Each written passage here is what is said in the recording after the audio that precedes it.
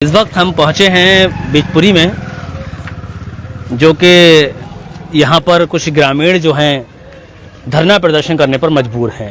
बिजपुरी बरेली की वो जगह है जिस पर बीडीए द्वारा कुछ ज़मीन को अपने हिस्से में लिया गया है और ये मेरी दाईं तरफ जो लोग हैं ये धरना प्रदर्शन कर रहे हैं। अब तक बीडीए द्वारा यहाँ पर 10 लोगों के मकानों को तोड़ा जा चुका है। उसके अलावा भी और भी मकान जो हैं चिन्हित किए गए हैं बीडीए की तरफ से। कई लोग इस बीच में धरना प्रदर्शन के बीच में एक बुजुर्ग महिला की मौत भी यहाँ हो चुकी है।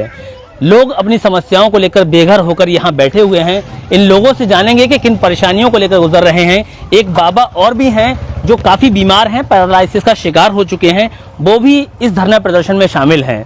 इन लोगों की क्या समस्याएं हैं और कैसे इनको घर मिलेगा, बीडीए इन्हें कैसे दोबारा अपनी ज़िंदगी गुजर बसर करने के लिए एक घर देगा। ये स्कूल है जो कि गांव वालों ने बताया कि ये स्कूल जो बिजपुरी का स्कूल है, प्राथमिक विद्यालय है, इसमें आंगनवाड़ी भी है जहां पर इनके गरीबों के बच्चे पढ़ते हैं। और ये स्कूल, मैं कैमरामैन से कहूँगा कि एक बार ये स्कूल को दिखाइए। लोगों का कहना यह है कि 2007 में इस स्कूल का निर्माण भी हुआ है। और ये वो ग्रामीण हैं, उस तरफ जो है बाईं तरफ जो घर का जो आप नक्शा देख रहे हैं, जो टूटा फूटे मकान है वो बीडीए की तरफ से तोड़े जा चुके हैं। 10 मकानों को तोड़ा गया है बीडीए की तरफ से। ये लाइव तस्वीरें आप बिजपुरी से देख रहे हैं। बिजपुरी एक ग्राम है, गांव है बरेली जिले का। और अगर आबादी की बात करें तो यहाँ पर ज़्यादातर आबादी 90% अगर कहेंगे तो हिंदू आबादी है। और इन लोगों का कहना यह है कि हम हिंदू भी हैं और हमारी सरकार भी है, उसके बाद भी हम पर जो है अत्याचार किया जा रहा है। यहाँ बहुत सारी महिलाएं भी बैठी हैं, भाई साहब भी बैठे हैं, एक चाचा हैं जो पैरालिसिस का शिकार हो गए हैं, बेघर हैं।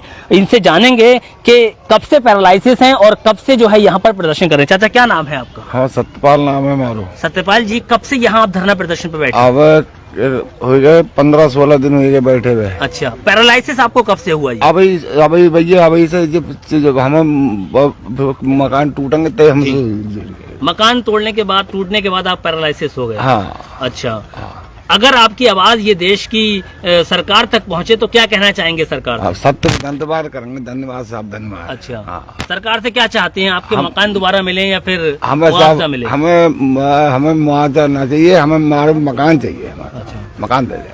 इन्हें मकान नहीं चाहिए, इन्हें मुआवजा नहीं चाहिए, इन्हें अपने मकान चाहिए। एक और भी भाई यहाँ बैठे हैं, इनसे भी जानेंगे कि पूरा घटनाक्रम क्या है और कब से यहाँ पर बिल्डोजर चला। भाई क्या नाम है आपका? हमारा नाम श्यामाचंद्र प्रजापति है। जी, कहाँ रहते हैं आप? जी, बिजपुरी में रहते हैं। बिजपुरी में रहते हैं। क्या वजह है जो आप यहाँ धरना प्रदर्शन कर रहे ये हैं? हम इसलिए बैठे हैं कि हम यहाँ बहुत समय से, कम से कम 15-20 साल से रह रहे हैं यहाँ पे। हमारा मकान है, हमने मकान अपनी जमीन ग्राम वासियों से, मतलब व्यापारी, मतलब उनके जमींदारों से ली है हमने, किसानों से। उसके बावजूद हमने बैनामा भी कराया। हमारी रजिस्ट्री पक्की रजिस्ट्री है, हमारी सारा कुछ है। हम अपने हित के लिए अपने रह रहे, अपने बच्चे हमारे सब कुछ सब यहाँ है, सब कुछ अच्छा चल रहा था। उसके बाद हमें 2017 से बताया गया है कि यहाँ पर ये जमीन बीडीए ने अधिग्रहित करी है।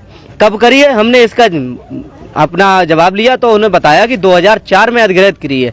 उससे पहले जब हमने यहाँ मकान बनाया था, जब हमने जगह ली थी, तो उससे उस समय ना तो हमें ये बताया गया कि यहाँ पे बीडीए है और ना ये बताया गया कि ये बीडीए की जमीन है और इस पे बैनामा नहीं होगी या रजिस्ट्री नहीं होगी। सारा कुछ हमें कुछ नहीं बताया गया यहाँ पे। जब हमने यहाँ मकान बनाया, बैनामा कराया, बुनियाद भरवाई, मकान बनाया, सारा कुछ करा। मकान बनवाने के बावजूद भी हमें कोई रोकने नहीं आया यहाँ पे। हमने अपने मकान में कम से कम 8-10 लाख रुपए लगा दिया धीरे धीरे। अब भाई मजदूर आदमी है तो धीरे धीरे ही करा, कोई एकदम नहीं करा। जब हमारा धीरे धीरे यहाँ पे कार्यक्रम चल रहा था तो उस समय ना तो कोई बीडीए वाला आया, ना कोई प्रशासन से आया कहने के लिए, मना करने के लिए कि यहाँ पे मत बनाइएगा मकान और ये बीडीए की जमीन है। हमें किसी ने नहीं रोका आज तक। जब ये 2017 से साहब ये कहा जा रहा है कि ये बीडीए की जमीन है, अब हमें बेघर करा गया है और हमारे पड़ोस में 10 मकान तोड़ दिए गए हैं। उसके बाद अब हमारे लिए 2022 में 3 मार्च के लिए धमकी दी गई। उसी दिन मकान तोड़े गए। उस दिन धमकी दी है कि ये मकान जल्दी जल्दी खाली कर दीजिए। अब हमारा पड़ोस में एक गरीब स्कूल बना हुआ है जो हमारे गरीब बच्चे पढ़ते हैं। हमारे रईस बच्चे नहीं, हम नहीं रईस नहीं जो हम कहीं प्राइवेट स्कूल में पढ़ा पाए, कहीं इंटरनेशनल स्कूल में पढ़ा लें, वो नहीं है हमारे पास। गरीब यहाँ स्कूल में बच्चे हमारे पढ़ते हैं, उनका लिए भी पढ़ने का लिबास खत्म कर दिया। बता रहे हैं कि ये स्कूल तोड़ा जाएगा, स्कूल तोड़ के दूसरा स्कूल बनाया जाएगा, उस स्कूल में बच्चे पढ़ेंगे। तो हमारी कहाँ हैसियत है, हम अपने बच्चे पढ़ा पाएंगे? हम तो घर से बेघर हैं। अब ये इसलिए बैठे हैं हम कि हमने घर हमारा टूट गया।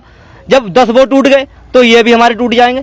हम यहाँ बैठ के अब यहीं पर हम अपना जीवन संपन्न करेंगे, यहाँ बैठ के बीच रोड पे बैठेंगे। ये तो किसी की संपत्ति नहीं है, ये तो हमारी संपत्ति नहीं है, जनता की संपत्ति है, हमारी संपत्ति नहीं है, ना किसी और की संपत्ति है। ना कोई यहाँ ये कह सकता है यहाँ क्यों बैठे हो आप, हम अपने लिए बैठे, अपने हक के लिए यहाँ बैठे हुए। आपको 12 से 13 दिन का वक्त हो गया यहाँ बैठे हुए, अब तक कोई अधिकारी प्रशासन का या शासन का आपकी जो है आवाज को सुनने आया यहाँ? कोई सुनने नहीं आया, कोई सुनने नहीं आया। जो भी आता है खाली एक लॉलीपॉप लेमन जूस दे के चला जाता है। अच्छा। कोई भी अगर आया तो सीधा वही, आप हमसे प्लाट ले लीजिए, आप हमसे प्लाट ले लीजिए। प्लाट कितने में मिलेगा हमारे लिए? 15 लाख रुपए, यानी 100 गज का। 15 लाख की हमारी हैसियत है, 15 लाख का प्लाट ले लेंगे। कोई बता दे। ये कौन सी विधानसभा का इलाका है? ये भोजीपुरा विधानसभा का। भोजीपुरा विधानसभा। जी हाँ। तो मौजूदा विधायक बहरौन लाल मौर्य थे अब से पहले, हाँ, हो गए अब जी थे। जो है शहजील इस्लाम यहाँ से विधायक बनेंगे। हाँ जी बने। तो क्या लगता है अब आपकी आवाज कौन सुनेगा? अब देखते हैं, भाजपा के विधायक सुनेंगे या सपा के विधायक? अब देखते हैं। हम तो ये कहते हैं हमारी कोई भी सुनिएगा, हम ये नहीं कहते हैं कि सपा का सुनेगा हमारी या हमारी बीजेपी का सुनेगा, ऐसा नहीं है। ना हम किसी के लिए जातिवाद कहते हैं। अभी यहाँ पर 2014 फरवरी को बरेली में मतदान हुआ था 9 सीटों पर, तो यहाँ जो आबादी है कितनी प्रतिशत आबादी है और किस पार्टी को सपोर्ट करने वाली आबादी? यहाँ पर ये मतलब आपको 90% आबादी हिंदुओं की है, 90%। और 90% आबादी हिंदुओं की सारी आबादी इसीलिए है कि मतलब भाजपा के लिए वोट देने के लिए भाजपा ही को वोट दिया है, सभी ने भाजपा के लिए वोट दिया। और हम तो इसीलिए हम ये नहीं कहते हैं कि हमने उन्हें वोट नहीं दिया या उन्हें नहीं दिया, हमने भाजपा के लिए वोट दिया, सपा को वोट नहीं दिया। नहीं देने के लिए कोई वो नहीं है, जैसा मन चाहे आप हमारा काम जो कर दीजिएगा हम उसी के लिए नेता मानते हैं अपना। जी, योगी जी लगातार ये कह रहे हैं कि हमने जो है बुलडोजर जो है भूमाफियाओं पर चलवाया है, तो क्या आप लोग भूमाफिया हैं जितनों के भी घर टूटे हैं? हमारे लिए आप भूमाफिया कहते हैं, हमें हंसी आती है इस बात पे। भूमाफिया किसे कहते हैं? भूमाफिया कहते हैं जो कम से कम हमारे अंदाजे 50-50 बीघा के लिए जो रकबा घेर लेता है, इसकी बाउंड्री कर लेता है, वो होता है भूमाफिया।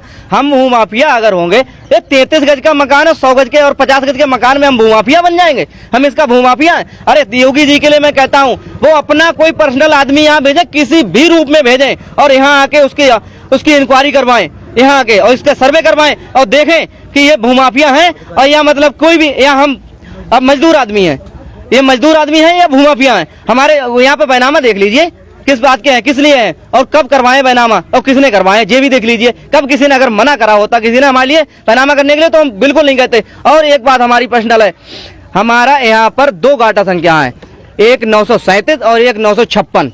उस गाटा संख्या के लिए छोड़ दिया गया है, वो बता रहे हैं बीडीएम नहीं, जबकि उस पे कोई मकान नहीं बना हुआ है। तब चारों तरफ बीडीए है और वो 2 गाटा संख्या छोड़ दी गई है। पहले हमारी यहाँ पर ये मतलब पड़ी हमारी समाज की ग्राम समाज यह पड़ा हुई है, ग्राम समाज। तो ये ग्राम समाज के लिए घेर लिया उन्होंने, 6 बीघे ग्राम समाज है। इसका उन पे क्या अधिकार, किसको रुपए दिया इसका बताओ?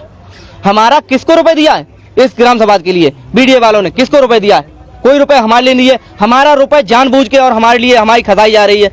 योगी जी और मोदी जी कहते हैं सबका विकास और सबका साथ, वाह भाई वाह, हमारा सबके लिए मकान देंगे और शासन देंगे। हमारा मकान खुद ही है, वो ही तो तोड़ दे रहे हो हमारा मकान।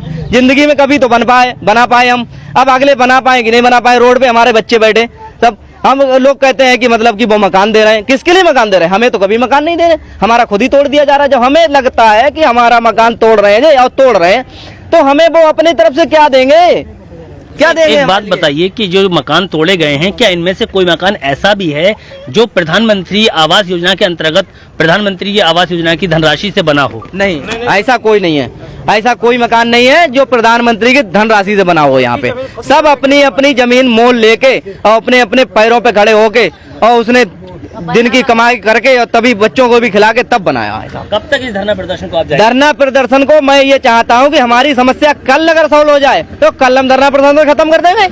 हमारी समस्या सॉल्व ये है कि हमारा मकान जहाँ पे है, हमारा मकान वही छोड़ दिया जाए, उसी हाल में छोड़ दिया जाए। हम किसी से ना रोड मांग रहे हैं, ना हम किसी से अपना रास्ता मांग रहे हैं, ना नाली मांग रहे हैं। हमारा रास्ता जो है वही रास्ता हमारा छोड़ दीजिए, वही मकान हमारा छोड़ दीजिए, हम उसी में खुश हैं अपने।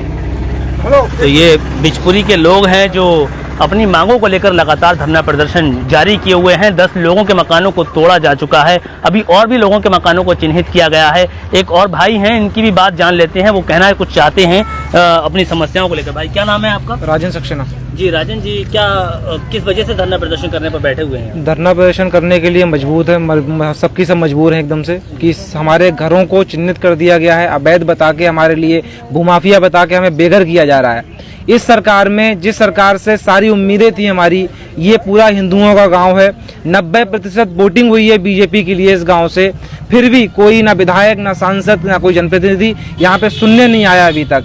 और हमारे घरों तक प्रधानमंत्री विद्युत योजना, आप ऊपर देख सकते हैं, लाइन जा रही है, घरों तक लाइन जा रही है।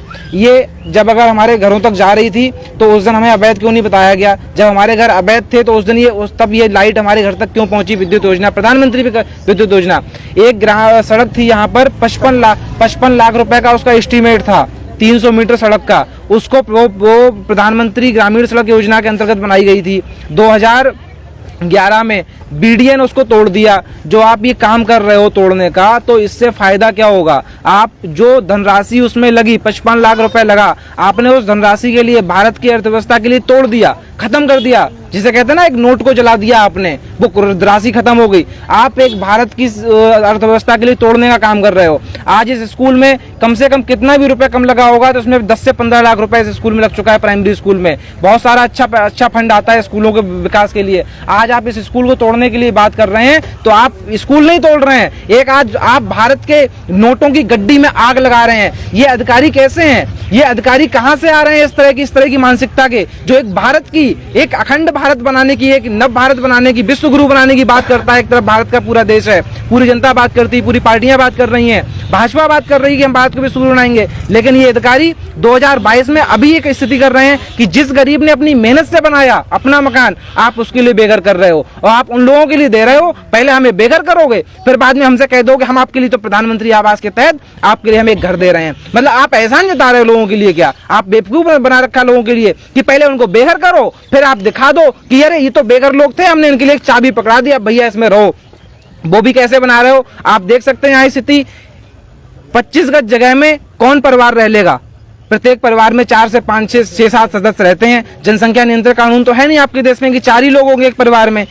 25 गज जगह में 4, 5, 6, 7 लोग कैसे रहेंगे एक परिवार के? अब आगे आप इस मामले में क्या करेंगे? जब आपकी आवाज जो है, आप धरना प्रदर्शन पर बैठे हुए हैं, अब क्या चाहते हैं आप कि आपको घर मिले या हम कुछ नहीं चाहते। हमारी अधिकारियों से, पदाधिकारियों से, जनप्रतिनिधियों से, सरकार से, शासन प्रशासन से यही हाथ जोड़कर विनती है कि हम लोगों के जैसे मकान बने हुए हैं वैसे ही हमें अपनी स्थिति में छोड़ दीजिए। हमें सरकार से फंड की सहायता की आवश्यकता नहीं है। हम खुद इस देश के लिए भागीदारी देना चाहते हैं कि ये देश विश्व गुरु बने, ये देश अखंडता को छुए। हम इसमें खुद भागीदार हैं इसके लिए, लेकिन हम सरकार से उल्टी मदद लेना नहीं चाहते हैं। हम आज अगर आप बेघर कर दोगे, फिर हमारी मजबूरी होगी रोड पे बैठना। उससे पहले हम आज अभी इस रोड पे बैठे हैं। 12 दिन हमारे धरने को लगातार चलते हो गए हैं और इसको हम कंटिन्यू जारी रखेंगे जब तक हमारी मांगे पूरी नहीं हो जाएंगी। जब तक इनकी मांगे पूरी नहीं हो जाती तब तक ये धरना प्रदर्शन करते रहेंगे। यहाँ पर इन्होंने एक बोर्ड भी लगा रखा है, मैं एक बार इस बोर्ड को दिखाना चाहूंगा कि बोर्ड पर इन्होंने लिखा है कि भूमाफिया नहीं, मजदूर किसान हैं हम और राष्ट्र निर्माण में भागीदार हैं हम, बिजपुरी बचाओ आंदोलन। यानी कि ये कहना चाहते हैं कि हम जो हैं, हम देश की आबादी हैं, देश के विकास में हम सहयोगी हैं, और लेकिन हम भूमाफिया नहीं हैं। लेकिन सरकार या वीडियो द्वारा इनके मकानों को अवैध बताकर तोड़ दिया गया है। ये जो मेरे पीछे आप पब्लिक देख रहे हैं, लगातार ये दिन और रात इस धरना प्रदर्शन को जारी किए हुए हैं, और इनकी सरकार से सिर्फ एक और एक मांग ये है कि इनके घर जैसे हैं उनको उसी हाल में छोड़ दिया जाए। उन्हें सरकार से किसी भी तरीके का कोई मुआवजा या कोई मदद नहीं चाहिए। एक बार मैं फिर से ये पीछे मकान तोड़े गए हैं उनकी तस्वीरें आप तक शेयर करना चाहूंगा। ये जो मकानों की आप हालात देख रहे हैं, टूटे हुए पड़े हैं मकान, ये 10 से 12 परिवारों के मकान बीडीए की तरफ से अवैध बताकर तोड़े जा चुके हैं। ये मकान और आज इसका मलबा ये लोग उठाने पर मजबूर हैं, जिंदगी बदतर जीने पर मजबूर हैं। कैमरा पर्सन रईसुद्दीन के साथ मैं अतीक अंसारी, देखते रहिए स्मार्ट न्यूज इंडिया।